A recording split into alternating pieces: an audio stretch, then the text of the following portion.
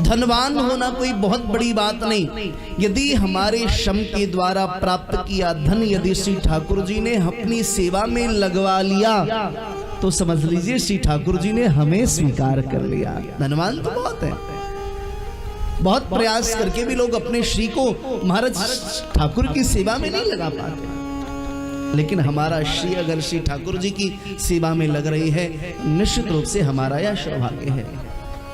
तन पवित्र सेवा किए, धन पवित्र कर दान, मन पवित्र हरि भजन सो होत त्रिविध कल्याण। तो बड़े बड़े ऋषि मुनि सब बैठ करके कथा का लाभ ले रहे हैं। सामने चक्रवर्ती सम्राट परीक्षित जी कथा का लाभ ले रहे हैं। हृदय गदगद हो रहा है। श्री सुखदेव स्वामी से परीक्षित कहते हैं, सरकार प्रियव्रत जी का क्या हुआ? प्रिय माने होता है अच्छा, और व्रत माने होता है प्रतिज्ञा। जो अपने जीवन में अच्छी प्रतिज्ञा करे वह प्रियव्रत है। हम आप भी प्रियव्रत हैं। आपने प्रतिज्ञा किया हमें कथा श्रवण करनी है। आज के कलकाल में किसके पास इतना समय है इस भौतिक युग में? लेकिन हमने निश्चय किया कथा श्रवण करनी, तो हम प्रियव्रत पद को प्राप्त किया। महाराज इन्हीं के वंश में चल करके हुए आगे आग्नेन्द्र, ऋषभदेव आदि इनके 100 संतान हुए। एक दिन इन्होंने अपने 100 संतानों को बुलाया और बुला करके पूछा, भैया ये जीवन तुम्हें क्यों प्राप्त हुआ है? किसी ने कहा महाराज समृद्धि को प्राप्त करने के लिए, किसी ने कहा यश को प्राप्त करने के लिए, किसी ने कहा कीर्ति को प्राप्त करने के लिए, किसी ने कहा माता पिता की सेवा करने के लिए। ऋषभदेव जी ने कहा नहीं, सिर्फ इसलिए ही मनुष्य जीवन नहीं मिला है। यदि विषयोपभोग के लिए ही जीवन मिला है तो महाराज इस मनुष्य जीवन का क्या महत्व रह जाएगा? पुत्र को प्राप्त करना, विषयोपभोग करना और खूब भोजन करना, सोना, निद्रा, मैथुन करना, ये सब तो महाराज अन्य योनियों में भी प्रकट के होकर के किया जा सकता है। सुकर, कुकर, बंदर, गधे भी महाराज मैथुन क्रिया कर लेते हैं, वो भी सो लेते हैं, वो भी खा लेते हैं। अगर मनुष्य होकर के भी अगर हमने यही किया तो हम में और पशुओं में क्या अंतर रह गया? बहुत ध्यान से समझिएगा। यदि हमने भी परिवार को ही बढ़ाने का लक्ष्य निर्धारित कर लिया, हमने भी सिर्फ मैथुन क्रिया ही में अपना जीवन व्यतीत कर दिया, फिर रहा क्या जीवन में शेष? हम और पशु एक समान हो गए। तो कहते सिर्फ इसलिए मनुष्य जीवन नहीं मिला। तो क्यों मिला है?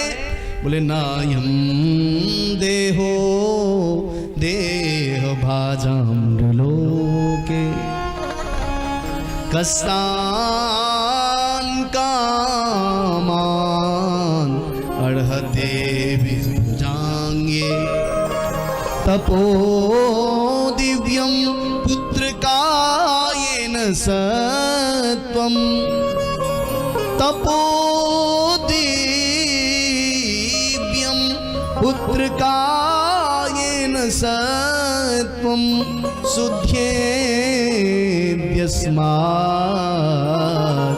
ब्रह्म सौख्यम त्वनन्तम शुद्धेभ्यस्मात्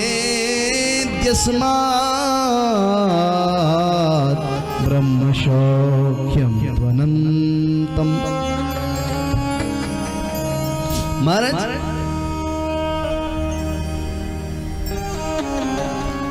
मनुष्य शरीर प्राप्त हुआ है, इसका जीवन में परम चरम लक्ष्य है भगवत प्राप्ति। लेकिन माया के अधीन होकर के हम इससे पृथक हो जाते हैं। ऐसा सुंदर उपदेश किया कि महाराज इसमें से सब केशव पुत्र महाराज 89 पुत्र जो है उनको ज्ञान की प्राप्ति हुई।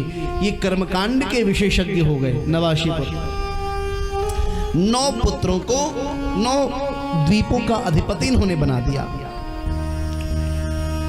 महाराज स्वाद्वीप की रचना हुई। इनके पूर्वज जो है प्रियव्रत महाराज, इन्होंने उनके पास एक ऐसा रथ था, उस रथ को का जब इन्होंने चालन किया तो उससे सप्तद्वीप बने। क्षारोद, इक्षुरशोद, सुरोद, धृतोद, दुद्धोद, दधिमंडोद, शुद्धोद, ये 7 समुद्र हुए।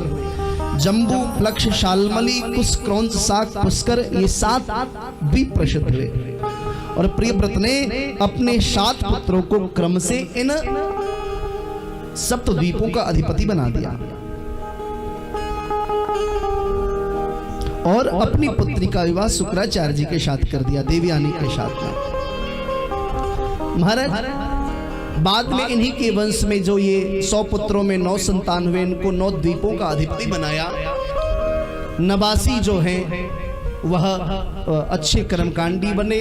9 इसी में से नवयोगेश्वर कहलाए। नवयोगेश्वर, वो कौन से नवयोगेश्वर का नाम बड़ा प्यारा है, श्लोक कौन सा है वो? हाँ, कवि हरि अंतरिक्ष प्रबुद्ध पिप्पलायन आविर्होत्रोत्र सह कर भाजन। महाराज 9 संतान जो हैं ये नवयोगेश्वर कहलाए और एक संतान जो है भरत, इनको ऐसा वैराग्य हुआ, ऐसा वैराग्य। ये नवयोगेश्वर की चर्चा भी हम एकादश स्कंद में करेंगे। नवयोगेश्वर, जब उद्धव गोपी संवाद होता है तो नवयोगेश्वरों की चर्चा होती है। ये नवयोगेश्वर में ही जो अंतरिक्ष है, कवि हरि अंतरिक्ष तृतीय जो योगेश्वर हुए, उन्होंने जीवन कैसा हो उसकी चर्चा की है। कायेन वाचा मनसेन्द्रियैर्वा बुद्ध्यात्मना वानुश्रित स्वभावात् करोमि यद् यत् सकलं परस्मै नारायणायेति समर्पयेत्। महाराज जो कुछ भी हम कर्म करें भगवान नारायण को समर्पित करें, निष्काम भाव से हम कर्म को करें। तो ये नवयोगेश्वर की चर्चा हम लोग एकादश स्कंद में श्रवण करेंगे। महाराज ऐसा सुंदर उपदेश किया कि मन शांत हो गया। नेपाल में जाकर के भजन करने लगे जहां से गंडकी नदी का प्रादुर्भाव हुआ है। लेकिन मैंने पहले भी कहा था, सब पर भरोसा कर लेना लेकिन मन पर भरोसा कभी न कर लेना। न जाने कभी गड्ढे में ले जाए के पटक देवे। बड़े बड़े महापुरुष भी अपने आप को नहीं बचा पाते, इसलिए बार बार शास्त्र कहते हैं हमारी गति मति रति बस अगर हो तो ठाकुर जी के चरणारविंद में हो।